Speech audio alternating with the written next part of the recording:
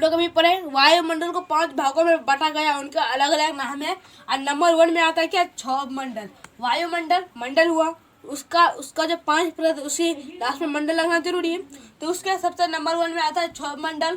उसके बाद हम लोगों ने पढ़े समताप मंडल आएगा, उसके बाद मध्य मंडल, उसके बाद महामंडल, उसके बाद वायुमंडल। ये हो गया वायुमंडल के 5 परत या 5 भाग। वायुमंडल को 5 भागों में बांटा गया, उनके 5 भाग। वायुमंडल का सबसे महत्वपूर्ण भाग है क्षोभ मंडल। कौन सा भाग है, क्षोभ मंडल। वायुमंडल का सबसे महत्वपूर्ण भाग है क्षोभ मंडल। इसकी ऊंचाई, औसत ऊंचाई 13 किलोमीटर है। कितना है, 13 किलोमीटर। और इसमें इसकी ऊंचाई कितना है, 13 किलोमीटर। और जब देखते हैं वायुमंडल की निचली एवं महत्वपूर्ण परत है, निचली परत है, सबसे नीचे वाला परत, सबसे निचले वाला परत, मतलब पृथ्वी की सबसे निचले वाला परत को निम्फिया का मतलब यह हिंदी में करोड़ कहा जाता है।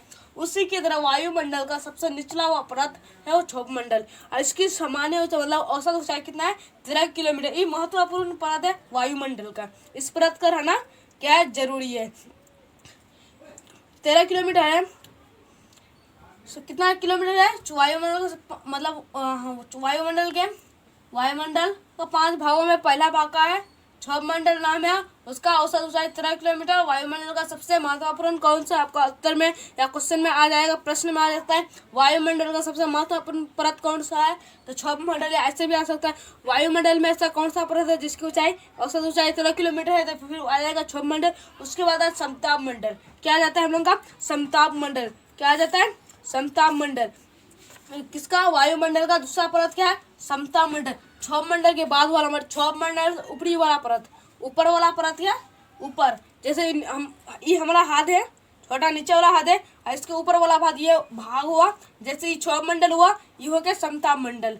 क्षोभ मंडल के ऊपर वाला भाग को समताप मंडल कहते हैं। और समताप मंडल में जो हवाई जहाज समताप मंडल के उपयोग से जाता है, जैसे समताप मंडल रहेगा तो हवाई जहाज नहीं उड़ेगा। किसका उपयोग से हवाई जहाज उड़ते हैं, तो समताप मंडल के उपयोग से। क्यों, समताप मंडल कम से कम ऊपर तक रहता है और उसके उपयोग से जाता है मतलब जहाज।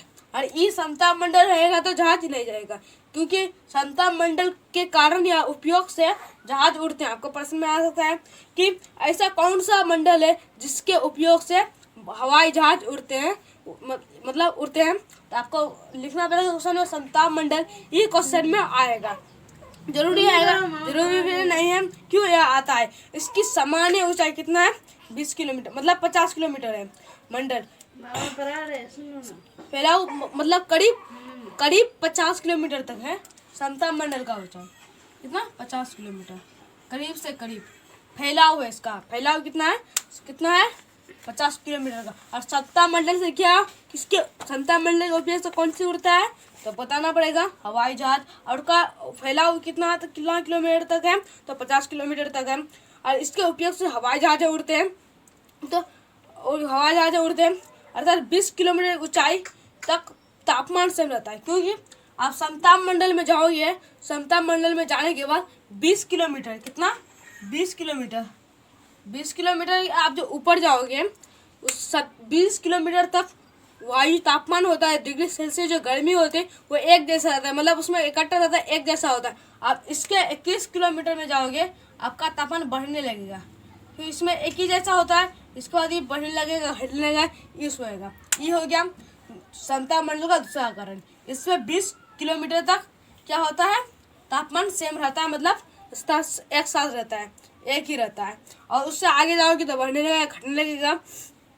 उसके बाद हम लोग का क्या आता है, मध्य मंडल। क्या आता है, मध्य मंडल। और मध्य मंडल की करीब से करीब ऊंचाई होगा 80 किलोमीटर। कितना होगा, 80 किलोमीटर। कितना, 80 किलोमीटर। क्या है, मध्य मंडल का करीब से करीब क्या है ऊंचाई।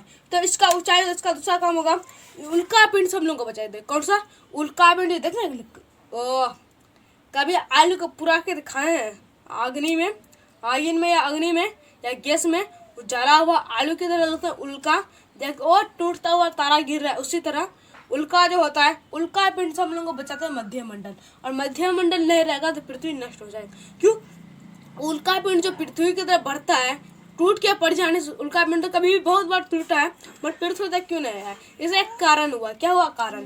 क्योंकि जब उल्का पिंड टूटता है, वो जो पड़ता है पृथ्वी की तरफ जब बढ़ता है, तो जैसे ही मध्य मंडल के पास आता है, ये मध्य मंडल उसको पूरा भस्म कर देता है, पूरा जला के राख करता है वो। और मध्य मंडल के बाद आ ही नहीं सका, क्योंकि वही खत्म हो गया और वहीं पे आकाश में वो रह गया, मतलब रह गया। मध्य मंडल के बाद उल्का पिंड नहीं आता है, क्योंकि वहीं पे वो भस्म हो गया, वहीं पे खत्म होता है। उसका भाम मंडल, उसके बाद क्या आता है हम लोग का? भाम मंडल। भाम मंडल का दूसरा नाम है आयन मंडल। क्या है? आयन मंडल। हाँ, आयन मंडल। क्या है नाम उसका?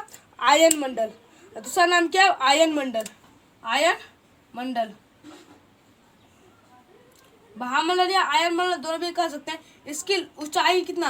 भामंडल इसकी ऊंचाई है 80 से 400 किलोमीटर तक। किसकी ऊंचाई है? ये भामंडल या आयन मंडल का। आयन मंडल या भामंडल लिखना उतना जरूरी नहीं, मगर इसकी सामान्य ऊंचाई कितना है? 80 से 400 किलोमीटर तक इसका फैलाव, मतलब ऊंचाई है। उसके बाद आता है हम लोग का बाह्य मंडल। और वायुमंडल का सबसे पहली, मतलब सबसे उछली वाला परत कौन है? बाह्य मंडल। कौन है? बाह्य मंडल। सबसे उछली परत, उचित परत, सबसे पहली परत आपको पूछा जाएगा। सबसे ऊंची वाली परत वायुमंडल का कौन सा है? तो ये बाह्य मंडल। और इसमें जो हीलियम, हाइड्रोजन गैस, हल्की गैसें क्या होती है? तैरती है। और हम लोग क्या पढ़े थे? ये भामंडल, इसकी लगभग ऊंचाई 80 से 400 किलोमीटर तक है। और